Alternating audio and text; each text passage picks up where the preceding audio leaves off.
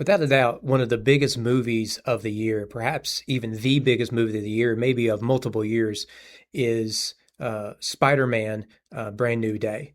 We took our young adults and youth to it just a few weeks ago, and the theater was packed, and it remains an influential movie. Spider-Man himself is one of the most influential characters in pop culture now, next to maybe Batman, perhaps even more than Batman. He is the most recognizable comic book hero in the West.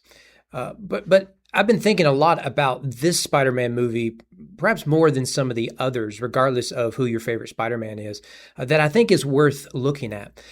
So I want to offer not so much as criticism or insight, but how can we think about this as Christians, and what are some pastoral insights worth looking at? So I'd like to highlight a positive and one negative. I want to start with the positive, something that really jumped off the page to me, and that is that unlike any film that I can recall watching, this film really, seems like for the first time, did not shame male loneliness.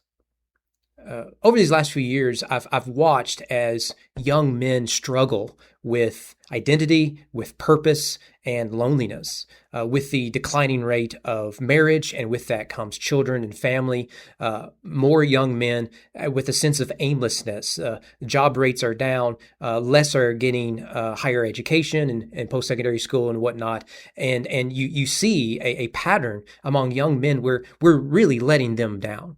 And the response to raising these issues has largely been to make fun of it or to brush it off and say that, well, men just need to suck it up and do better.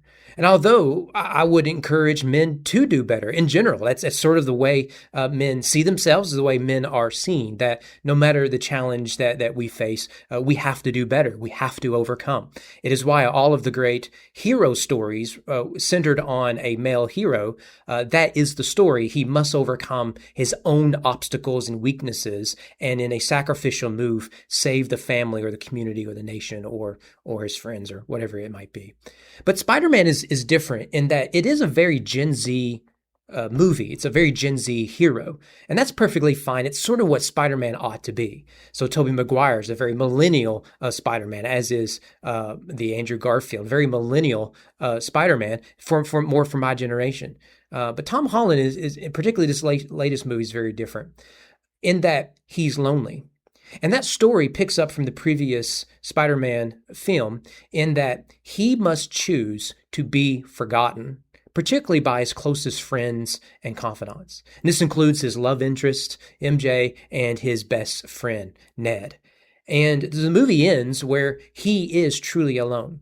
And if he were to go to those friends and say things like, hey, we actually know each other, you just don't remember me, it doesn't make any sense. And so what you get in this Spider-Man is Peter Parker wrestles with that loneliness. But it isn't just that he wrestles with it. He lives by himself, and he spends a lot of time on the internet, and he struggles with identity. He struggles with friendships. He struggles with life and his purpose. But what's interesting to me is the solution Peter Parker actually pursues. And it is work. He goes out of his way to be the hero that he was meant to be. And so the movie begins with a montage of him defeating this villain, Scorpion or whoever, and then he's defeating this other one. And we get a sense that what Spider-Man's been doing since he has been forgotten by everyone is that he's just been Spider-Man. He's not been Peter Parker. And this is really about the only option that men have. When men are lonely, and the relationships are faltering, and there is no romance in their lives, one of the things you'll find that men will often do is they will turn towards whatever gives them purpose, whatever gives them appreciation. So Spider-Man is the great hero of New York in the movie.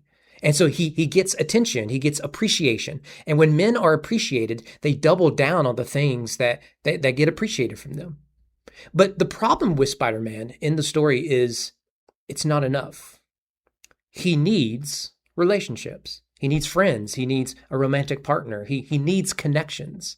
And as the movie transpires, and really how the movie ends, is to rekindle and restore some of those relationships. And you'll have to watch the movie to see to see how all of that develops. But I find that interesting that finally we've been able to address a serious problem in our country, and that is that we need each other, and we need more than just to scroll on the internet. We need one another. We need love. We need friendships. We need marriage. We need family. We need children. We need a community. We need one another. And fortunately, I believe that the church is a great place where those connections can be made, and we can find that we are more than what we produce. We are image bearers, worthy of God's love, and to be connected with God's people. So that would be one of the things that I really loved about the movie and thought was unique from a pastor's perspective.